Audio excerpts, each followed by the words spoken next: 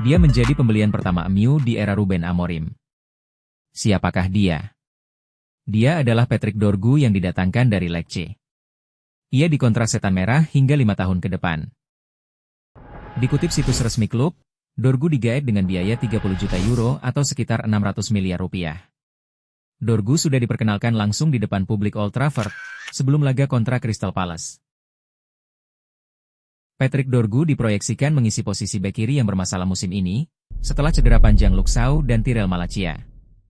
Malacia bahkan belum bisa tampil dalam bentuk terbaiknya setelah pulih. Di laman situs resmi klub, Dorgu berkata, "Saya sangat bangga bisa menyebut diri saya pemain Manchester United. Ini hari yang sangat spesial untuk seluruh keluarga saya. Saya tidak sabar untuk segera bekerja sama dengan Ruben Amorim. Visinya untuk tim dan masa depan klub begitu luar biasa. Ini rencana yang jelas untuk perkembangan karir saya, dan saya rasa Manchester United adalah klub sempurna untuk memenuhi potensi serta mewujudkan ambisi besar saya." Patrick Dorgu tampil bersinar bersama Lecce. Bermain di Serie A sejak musim lalu, pemain berpaspor Denmark itu sudah membuat 57 penampilan dan mencetak 5 gol. Pemain yang berposisi sebagai wingback kiri itu juga sudah mencetak 1 gol di musim 2024-25 bersama klub asal Italia tersebut. Mungkin beberapa dari kalian melihat, kedatangan Patrick Dorgu sebagai langkah signifikan dalam mengembangkan sisi sayap United. Kemudian ketika pertandingan melawan Leicester City, ia masuk ke dalam starting line-up tim berbaris di sayap kiri. Namun faktanya, dalam pertandingan ia bermain sebagai bek sayap kanan.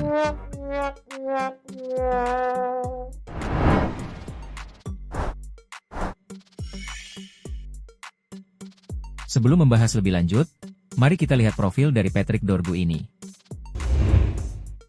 Menurut Transfermarkt, Dorgu memang berposisi sebagai pemain sayap kiri. Hal ini jelas bukan kejutan. Alasan pertama adalah, ia telah bermain di posisi sayap kanan dalam skema 3 penyerang untuk Lecce sekaligus mencetak gol. Alasan kedua adalah, bagi kalian yang melihat Ruben Amorim sewaktu melatih Sporting Lisbon, ia juga memainkan Giovanni Quenda yang dominan kaki kiri ditempatkan di bek sayap kanan. Ketika Anda menggabungkan kedua faktor ini, kemampuan Dorgu untuk bermain di sayap kanan jelas merupakan faktor taktis dari pelatih asal Portugal tersebut. Dalam pertandingan melawan Leicester, Amorim menempatkan bek sayap di sisi yang berlawanan dengan Dalot di sayap kiri. Mari kita lihat bagaimana Dorgu melakukannya. Dalam pertandingan debutnya ini adalah sentuhan bola pertama Dorgu berseragam United. Seperti yang bisa kita lihat, permainan Leicester begitu agresif dengan tekanan mereka. Tetapi Dorgu menunjukkan ketenangan yang baik, dan mengumpan bola yang tepat ke Højlund. Kemudian, ia mendapatkan bola di bawah tekanan lagi, dan dia tetap tenang mengoper bola ke rekannya.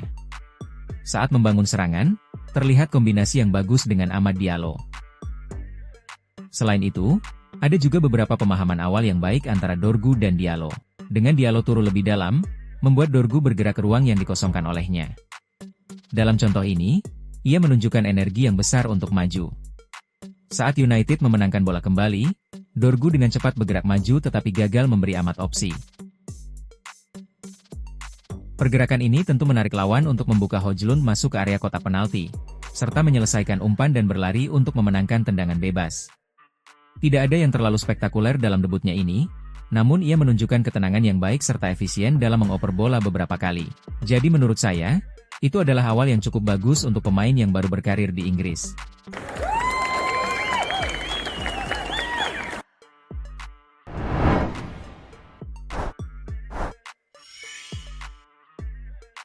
Kinerja Dorgu secara defensif terlihat dalam 1-lawan-1 dengan Ayew, yang merupakan pemain berpengalaman. Ini adalah tekanan yang bagus pada bola, karena Ayew diposisikan di belakangnya untuk mencoba dan menyerangnya. Tetapi, ada pemahaman yang baik antara Yoro dan Dorgu untuk memadamkan upaya kelebihan beban ini.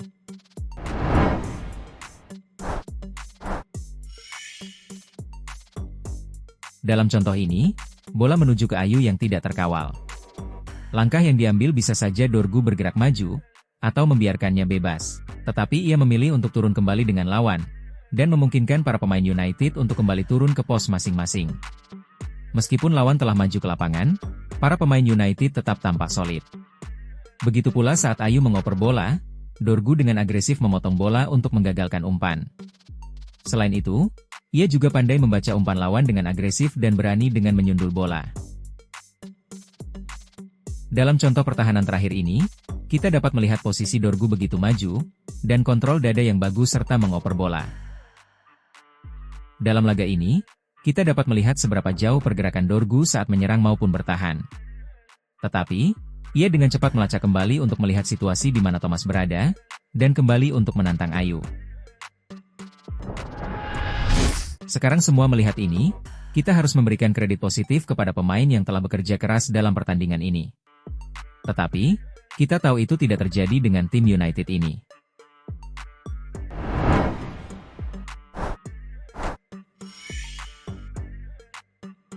Selanjutnya, mari kita lihat masalah yang membuat bek sayap bermain di sisi yang berlawanan. Kita dapat melihat ketika bola berada di kaki Dorgu, koneksinya terhadap Amad Diallo akan selalu aktif. Tetapi, mengendalikan bola dengan kaki kirinya di sayap kanan membuatnya tetap menghadap gawangnya sendiri. Ini adalah bagian yang sama dari posisi sayap kiri, ketika bola berada di Diogo Dalot. Mungkin, ia akan melepaskan bola ke Mainono, tetapi itu gagal karena sentuhan bolanya yang buruk. Kemudian ada lagi momen, ketika bola mengarah ke kaki Dalot. Ia berusaha untuk mengontrol bola dengan kaki kanannya, dan itu membuatnya ia tetap menghadap ke gawangnya sendiri.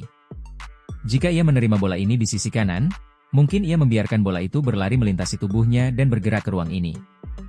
Ruben Amorim mungkin tidak menginginkan pola ini, ia ingin pemainnya mencari ruang terbuka di area lain. Tetapi faktanya, menempatkan Diogo Dalot dan Dorgu di sisi yang berlawanan mengurangi daya serangan, di mana United dapat maju ke atas lapangan. Dalam situasi ini, Dalot menghadap ke gawang Leicester dan berusaha untuk memainkan umpan ini ke Mainono. Jika dia berada di sayap kanan, ia hanya akan menggeser bola itu ke bawah garis. Tetapi dengan kaki kanannya ditempatkan sayap kiri, ia tampaknya tidak dapat menemukan sudut ruang 100%. Seharusnya, pemain sepak bola profesional harus siap ditempatkan di posisi apapun. Tetapi tim ini terlalu banyak yang tidak bisa dan dalam pertandingan ini, Patrick Dorgu berhasil menjaga bola dengan umpan silang di zona sepertiga akhir lawan. Tetapi, begitu dia sampai di sini jika itu ada di kaki kirinya, maka ia akan menggesernya melintasi gawang untuk memberi umpan matang di depan gawang. Sekarang pekerjaan rumahnya adalah, ia harus bisa memainkan umpan matang dengan kedua kakinya. Ini adalah awal yang solid dari debut Dorgu di United, tetapi melihatnya bermain di sebelah kanan kurang mengesankan banyak penggemar United. Apa yang telah ditunjukkan ini kepada kita adalah, bagaimana Amorim mencoba bek sayapnya seperti di Sporting untuk menyebarkan struktur pertahanan lawan, daripada menggunakan mereka sebagai senjata menyerang. Kesan positifnya adalah, Dorgu tampak seperti tambahan yang solid untuk Setan Merah, dan semoga kita bisa melihat lebih banyak lagi peran di laga berikutnya. Itulah ulasan singkat mengenai debut Patrick Dorgu di Manchester United. Jika kalian ingin berpendapat berbeda, silahkan tinggalkan jejak di kolom komentar. Terima kasih telah menonton sampai habis, dan tunggu pembahasan menarik lainnya di video berikutnya.